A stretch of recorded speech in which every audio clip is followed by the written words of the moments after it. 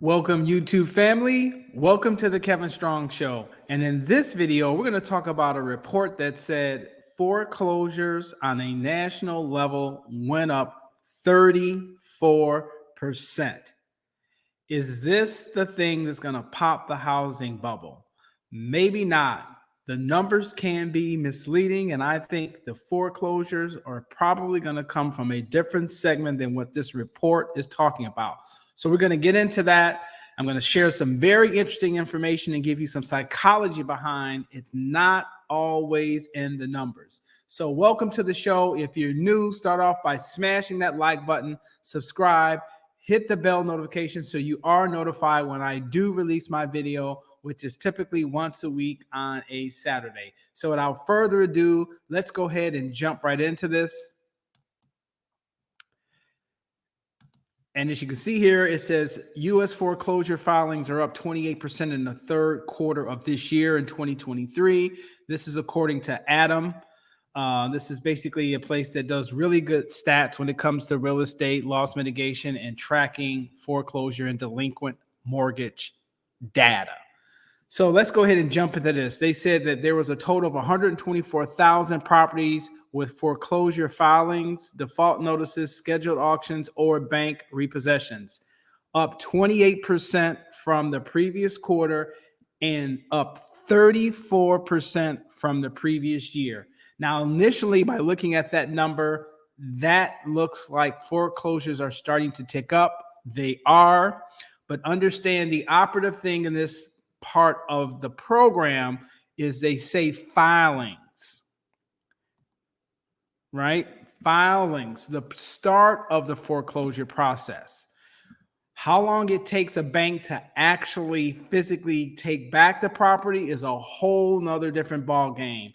On federal law, based on federal law, normally after about 90 days, you'll get a notice from your servicer basically saying that you're delinquent on your mortgage and that you've got to bring it current in the next 30 days or they're going to start foreclosure proceedings. So normally, technically, foreclosure proceedings start when you are 4 months behind on your payment, but you're going to get that really, really nasty notice from your servicer / lender when you're 3 months behind saying you've got to bring all these payments that are in arrear up to date. Otherwise, we're going to start foreclosure procedures. Okay, so here's some information I wanted to share with you. Right here it says states with 1,000 more foreclosures in the third quarter. North Carolina's up, Louisiana, Pennsylvania, Alabama, and Nevada. So look at that for what it is. I'm going to scroll down here and see what they're saying. Now, here's some positive information. These are cities that are bucking the trend. So these are cities that have more than 1 million people in population, but they actually experienced a decline in the foreclosure stats in the third quarter of 23. Salt Lake City's down. Chicago, they're in the news for a lot of things, right? Immigration and just crime on the south side of Chicago.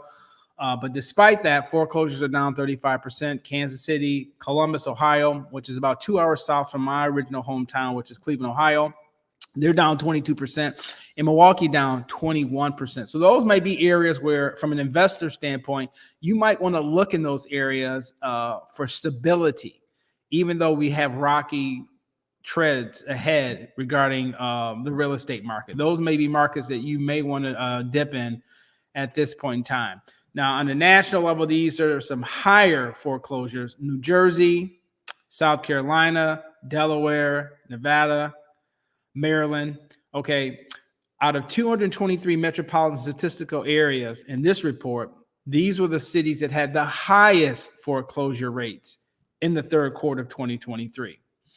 Houston, Texas, Atlanta City, Cleveland, Ohio, where I'm originally from, Bakersfield, California, and Columbia, South Carolina. So there is no doubt, ladies and gentlemen, that foreclosures are starting to tick up. They're ticking up on a national level. But as I said at the beginning of this video, the numbers are always not necessarily telling you the real picture. So before I share this next slide with you, please understand this.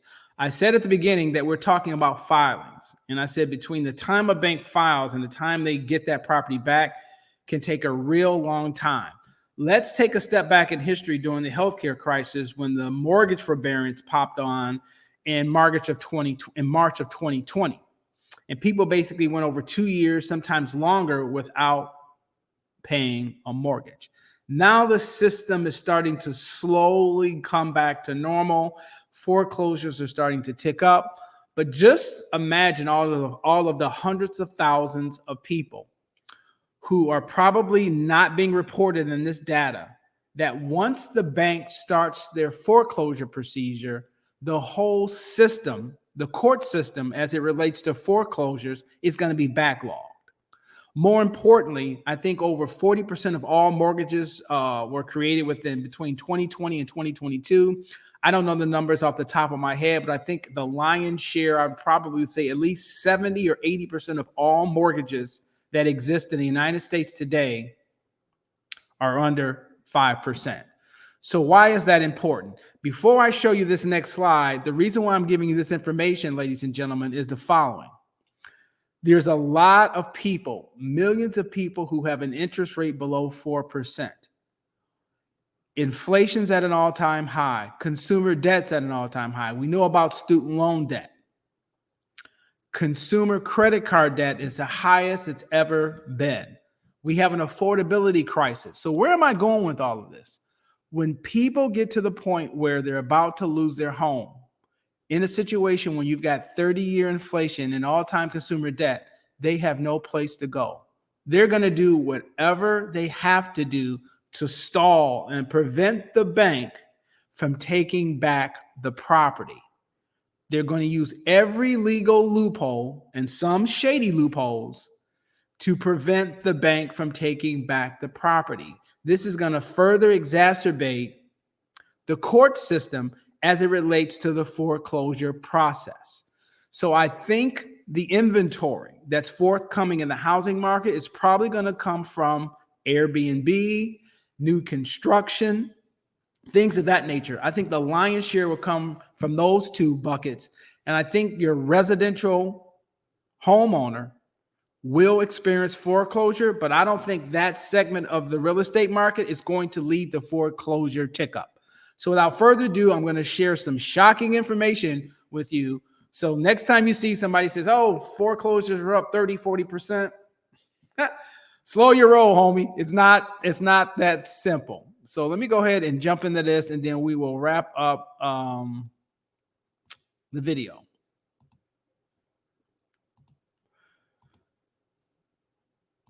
Okay, so what I'm doing here is the top states with the longest average times to foreclose. And this was based on the first quarter of 2022. So these timelines don't change that much. Hawaii, Louisiana, Kentucky, Nevada. Nevada was on that other list of having high foreclosures. Connecticut, New York, Florida, New Jersey, Pennsylvania, and New Mexico. So what does all of this mean? Look where we're at here. This is what some people don't know. In Hawaii, the timeline for foreclosure is 2,578 days. There's only 365 days in a year. Look at Louisiana. Look at Kentucky. Look at Nevada. Look at Connecticut. This is crazy. So I'm going to go back up to the graph, and these are days below. Days to foreclose. Look at that. Years. And this is assuming that everything goes okay. Because keep in mind, we're at a historical point where we've never had a situation where the federal government had to stop people from paying their mortgages because they shut the economy down. So those numbers could easily double. Hell, Hawaii might take 4,000 days before the lenders can get this property back because the system is so backlogged. This is the type of stuff that nobody's talking about.